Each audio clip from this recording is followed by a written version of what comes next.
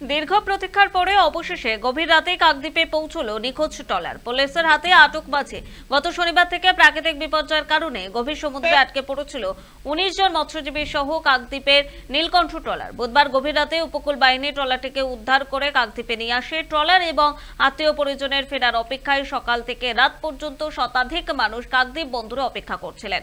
মাঝির বিরুদ্ধে অবহেলা এবং মারধরের অভিযোগ তুলেছেন মৎস্যজীবী ও তাদের পরিবার।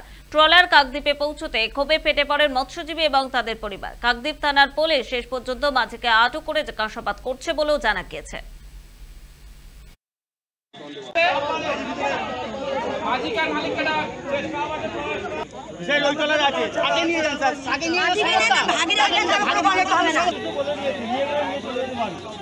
আমাদের মাঝির জন্য সাগরে পুরো ফেসে গেছিলাম। আমাদের একটা স্টাফ, সে পুরনো মাঝি ছিল, সে এখন করে না, তার জন্যই আমরা বেঁচে আছি। মাঝি কোনো কিচ্ছু জানে না, সে একটা ক্যাপ্টেন, সে যে 18 লোক চালাবে সেই চালানোর তার কোনো অভিজ্ঞতা নেই। আমাদের তো মেরে ফেলছিল, ফেসে দিয়েছিল। আমরা নিজেদের চেষ্টায় বেঁচে এসেছি, উল্টে আমাদের মারধর করছে সে মাঝি।